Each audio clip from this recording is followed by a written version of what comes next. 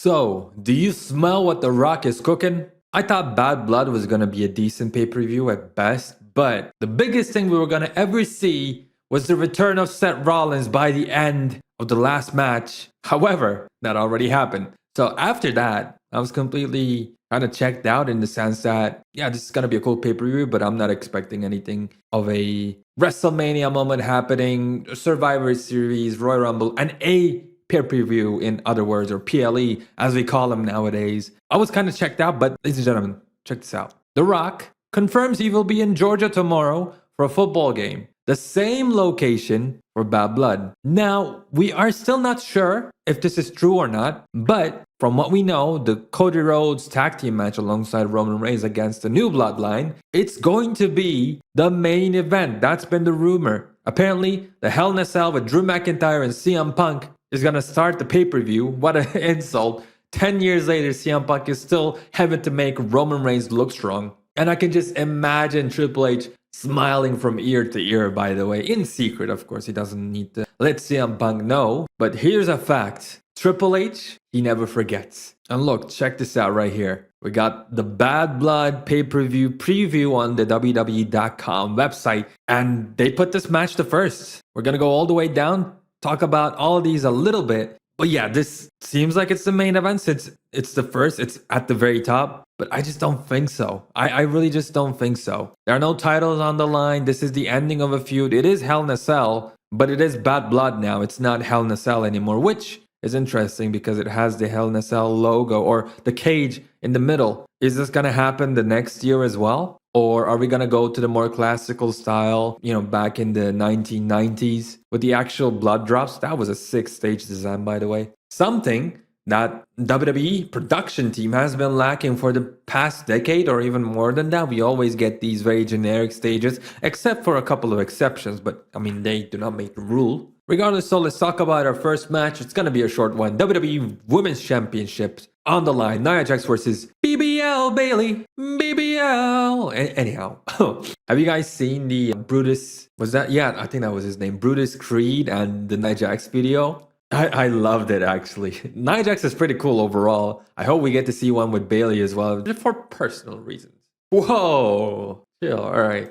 So Nia Jax, besides that video, I think she's been amazing. I think she plays her character perfectly. Now, she ain't The Rock, okay? She's not this unforgettable, amazing experience every time she appears on camera, but she plays her role basically to a T. And I like the aggression that I'm seeing from her in the ring and just everything that she's doing in and outside of the ring, I'll be honest with you. Bailey, she really just has this middle child energy for the WWE. I think they just completely forgot about her. You look at her WrestleMania storyline, non-existent. What happened to her after WrestleMania? She's kind of also non-existent, kind of just showing up for matches and winning sometimes losing. And this time, if Bailey won here, I think I gotta make it better or something. Maybe get her t-shirt. I don't want to shave my beard again. But suffices to say, she's losing this one. Ain't no way. She's coming out of here with the victory.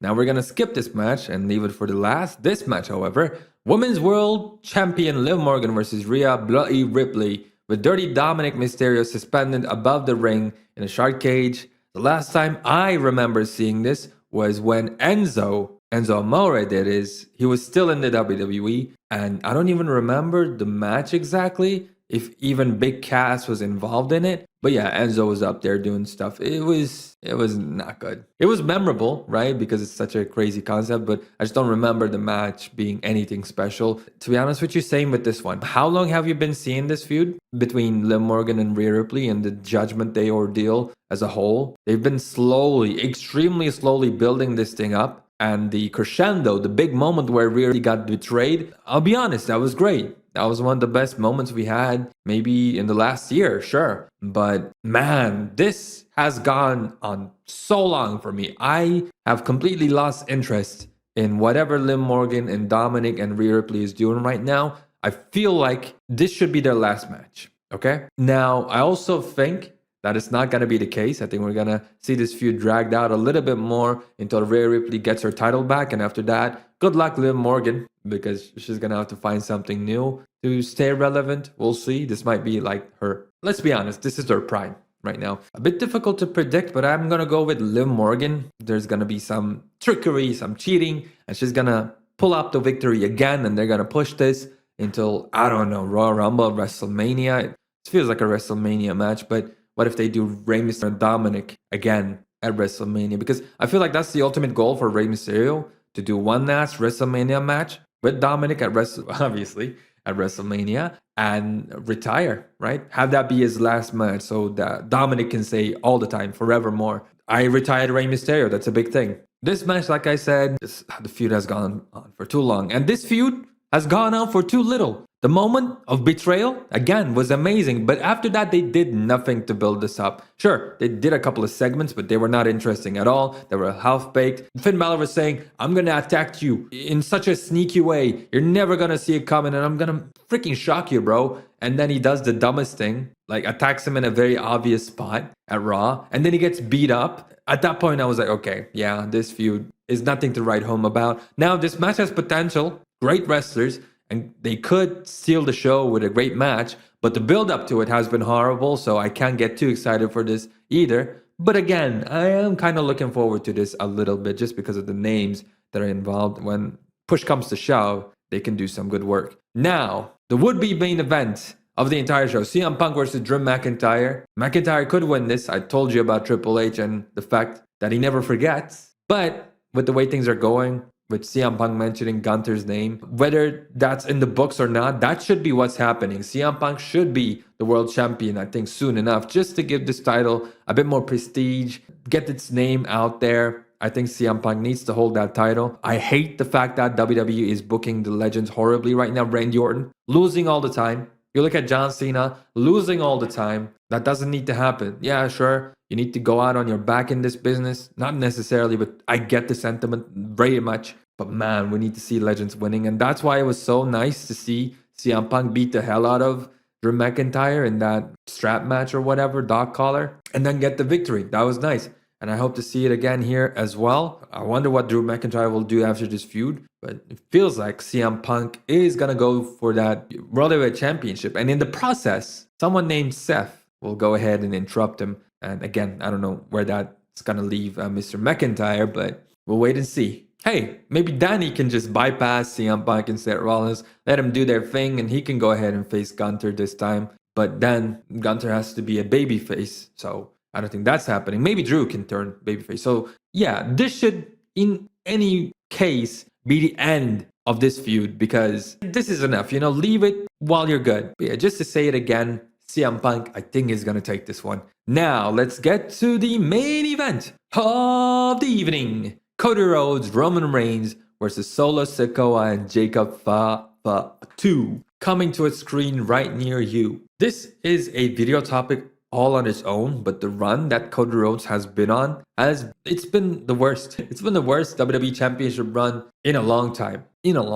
Holy moly. I mean, even Drew McIntyre did some interesting stuff. He dropped it to Randy Orton for a second, then he picked it back up. Then we had Roman Reigns for the most of the time anyway, so that was a good run. Cody has been absolutely meaningless. Everything that he's done to this point. And we've all been waiting for one thing, the return of The Rock. Because what they did in the beginning of the year, right after WrestleMania, with that segment between Cody Rhodes and The Rock, they basically told us that nothing that happens up until I come back matters. You don't have to get emotionally invested in anything that Cody Rhodes is doing, because it's not going to mean a damn thing. And unfortunately, that was many people's prediction. And those people, including me and perhaps you even, we were right. We were completely right, unfortunately. Again, I'm not blaming, make this a distinction here. I'm not blaming Cody Rhodes for this, but it is a fact that his booking, at least, has been kind of booty. And the setup to this has so many continuity issues, logical freaking issues, like Cody and Roman hated each other, right? And Roman even said, "You're in my way in life." He destroyed you at WrestleMania. He destroyed everything that you built. Your empire crumbled because of Cody Rhodes. And then you come back a couple of months later and you become tag team partners with him. You shake his hand. How about you get on your knees and give him, you know what I mean? Give him the head of the table, if you know. So, like, that's one of the biggest issues for me. None of this is believable. None of this is believable. I like the work that Solo is doing. Again, if the booking was better, I would have loved this whole storyline, this whole match, this whole build up way more. But obviously, everything is about to get better because The Rock might be returning. Now, I'm not going to say it's 100%. I'm not going to lock it in that The Rock is returning. It is very possible, especially after those news. And those news don't leak for no reason. This right here, The Rock returning, will take this pay-per-view from a C level, maybe a B level at most. It will take it to an A level with The Rock returning. So again, though, the fact that they're doing this right now, it's common ground. They do this a lot. I don't think they're going to be faking this, especially because if this is the main event of the night, you can almost guarantee that The Rock is returning. Because again, as I said in the beginning of the video, the only other surprise they had was the return of Seth Rollins. That is gone now. So we only have one person left that's going to return. Unless Seth Rollins interferes in the match instead of returning and turns heel and costs Cody. But that's not going to happen either. So should I lock it in? I'm going to make a bold prediction, and I will actually say that The Rock is coming back at Bad Blood. This is the first ever Bad Blood in so many years.